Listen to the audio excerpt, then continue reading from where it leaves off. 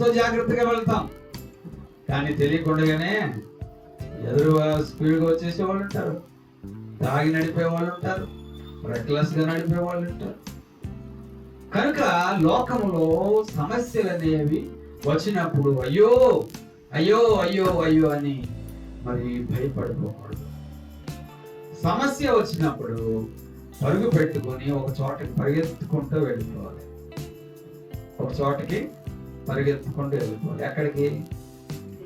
ఈ కుక్కట్పల్లి చర్చ్ దగ్గరికి పరిగెత్తుకుంటూ వచ్చేయాలా? లేకపోతే పాస్టర్ గారు ఉన్నారు, ఆ పాస్టర్ గారి ఇంటికి పరిగెత్తుకుంటూ వెళ్ళిపోవాలా? కాదు. మనం ఎక్కడైతే ఉన్నామో అక్కడే మన గృహంలోనే ప్రభువా ఆయన పాదాల దగ్గరికి వెళ్ళిపోవాలి, దేవుని పాదాల దగ్గరికి వెళ్ళిపోవాలి. ఆయన అదే అంటున్నారు. ఏమంటున్నారంటే, శత్రువులు నన్ను చుట్టుముట్టేశారు, నాకు శత్రు భయం ఉంది. ఏమంటున్నారు? నా శత్రువుల చేతిలో నుండి నన్ను నీవు రక్షించు అని అంటున్నారు.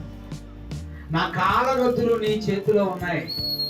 ఇంగ్లీష్ లో అక్కడ ఏముంటదంటే, my times are in your hands. అంటే నా కాలము, అంటే నేను ఎన్ని రోజులు బ్రతకాలనేది ఎవరి చేతుల్లో ఉందంట? దేవుని చేతుల్లో ఉంది. దేవుడు గనక నాకు నువ్వు 10 రోజులు బ్రతకాలని నాకు దేవుడు చెప్పాడు అనుకోండి, ఒక ఆయన నిన్ను 9వ రోజునే చంపేస్తాను అన్నాడు అనుకోండి, చంపేయగలడా?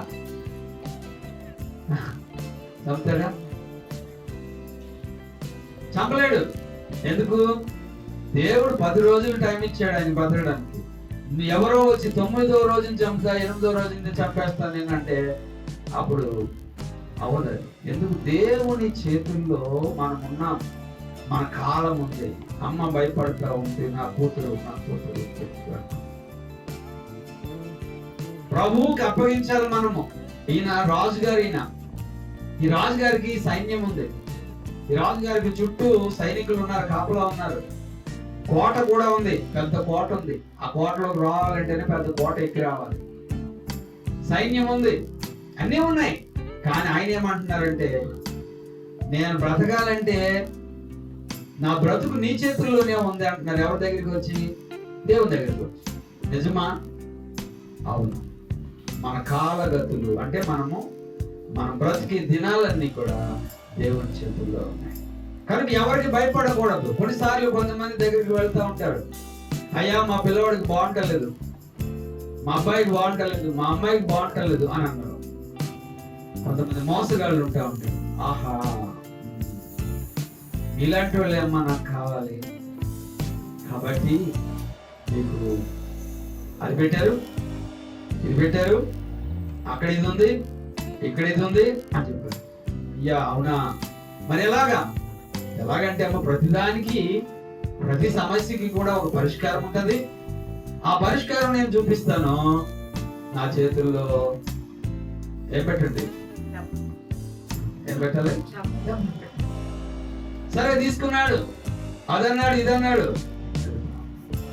అనేక మంది మన బలహీనతలను ఆధారం చేసుకుని, మన భయాలను ఆధారం చేసుకుని వారు బ్రతుకుతా ఉంటారు, మోసం చేస్తూ ఉంటారు.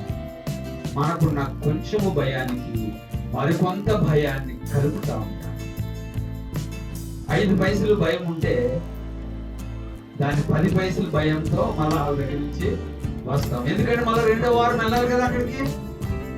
దొరికిన వాళ్ళు దొరికినట్టు ఇంకా మళ్ళా దొరకలేవు. ఇప్పుడు హాస్పిటల్స్ మన కరోనా టైంలో హాస్పిటల్స్ అన్ని మొదలుపడ్డాయి. తర్వాత తెలిసిన తర్వాత దొరికిన వాళ్ళు దొరికినట్టే వాళ్ళు వచ్చే హాస్పిటల్కి ఇంకేమీ వెళ్ళకూడదు. ఈ మధ్య ఒక పాస్టర్ గారు అమ్మాయికి బాగాలేదు, ఏం లేదు, జలుబు. కొంచెం భయపడి చిన్న పాప కదా, 6 సంవత్సరంలో పాప అని పెట్టారు. 6 నెలలు పాప అంతే. 2 రోజులు ఉన్నారు హాస్పిటల్. 30,000 అమ్మ మాకు దాన్ని 2వ రోజునే ఆయన వచ్చేసారు బయటికి. అమ్మ ఇక్కడే ఉంటే ఇంకా మేము 50,000 అయిపోయిన ఆశ్చర్యం లేదు. అలాగని అందరూ హాస్పిటల్ అలా ఉన్నాయని కాదు, అందరూ అలాంటి వాటిని కాదు. దేవుని సన్నిధి గొప్పది. కనుక ఎక్కడికి పరిగెత్తుకు రావాలి? రాజుగారే అయ్యయ్యే సైన్యం సైన్యం, గుర్రాలు, రథాలు, మీరందరూ రెడీగా ఉండండి, అన్ని రెడీ చేయండి అని అంటుండే. దేవుని దగ్గరికి వచ్చి నా కాలగతులు నీ చేతిలో ఉన్నాయి దేవా, నేను బతకాలంటే నువ్వు కాపాడాలి నన్ను, నా సైన్యం నన్ను కాపాడదని ప్రార్థన చేశాడు. ప్రార్థన చేసినటువంటి ఈయన చెప్పినటువంటి మాట 17వ వచనం అంటారు, యెహోవా నీకు మొరపెట్టి ఉన్నాను, నన్ను సిగ్గు నొందనీయకుము. నేను నీ మీదే ఆధారపడ్డాను, నీకే నేను ప్రార్థన చేస్తున్నాను, నన్ను సిగ్గుపడనీయదు ప్రభువా. దేవుడు మనలను సిగ్గుపడనీయడు. మనకు కన్నీరుందా, బాధ ఉందా, దుఃఖం ఉందా, ఎక్కడ ఏడవాలి? దేవుని పాదాల దగ్గర ఏడవాలి. ఆ దేవుని పాదాల దగ్గర ఏడ్చే ప్రతి కన్నీటికి ఆ విలువ ఉంది. బాధ వచ్చినప్పుడు మనం ఏం చేస్తాం? ఏడుస్తాం. కానీ ఆ ఏడుపు ఎక్కడ ఏడవాలి అని అంటే యేసయ్య పాదాల దగ్గర, దేవుని దగ్గర ఏడవాలి. అప్పుడు ఆయన మన కన్నీరు చూస్తారు. చిన్నపిల్లలు చూడండి, తల్లిదండ్రులు పిల్లలు ఏడుస్తా ఉన్నారు, అక్కడ చూస్తారు కొంతసేపు అయ్యేటప్పటికి మనసు ఏమైపోద్ది? కరిగిపోద్ది. కొట్టిన వాళ్ళే మళ్ళా ఊరుకోలే ఏడవకు అంటారు. కొట్టిన వాళ్ళే, ఆ ఏడుపు కారణం వీళ్ళే. మళ్ళీ కొద్దిసేపు అయ్యాక ఊరుకోండి. ఎందుకు? ఆ ఏడుస్తా ఉంటే చూడలేక. ప్రభు మనల్ని కొట్టలేదు, కొట్టిన వాళ్ళు వేరు, బాధ కలిగించిన వాళ్ళు వేరు. కానీ మన కన్నీరును ప్రభు చూసినప్పుడు ఆయన బాధపడే దేవుడు. మనతో మన యొక్క బాధలను సహించడానికి ఆయన లోకానికి వచ్చినటువంటి ఆయన. కనుక ఆయనకి తెలుసు మన బాధ ఎంతో. మన బంధువులు తెలవకపోవచ్చు, మన రక్త సంబంధులు తెలవకపోవచ్చు. కనుక భయాలు విడిచిపెట్టాలి. మనం ఏం విడిచిపెట్టాలి? భయాన్ని విడిచిపెట్టాలి, దేవునికి అప్పగించాలి. నా కాలగతులు నీ చేతుల్లో ఉన్నాయి దేవా, నా బ్రతుకు నీ చేతుల్లో. ఆ మాట చెప్పిన ఆయనే ఆఖరి మాట ఇందాక చెప్పాం. ఏమని చదవం? ఆఖరి మాట చూడండి, యెహోవా కొరకు కనిపెట్టు వారలారా, మీరందరూ మనసున ధైర్యము వహించి నిబ్బరంగా ఉండండి.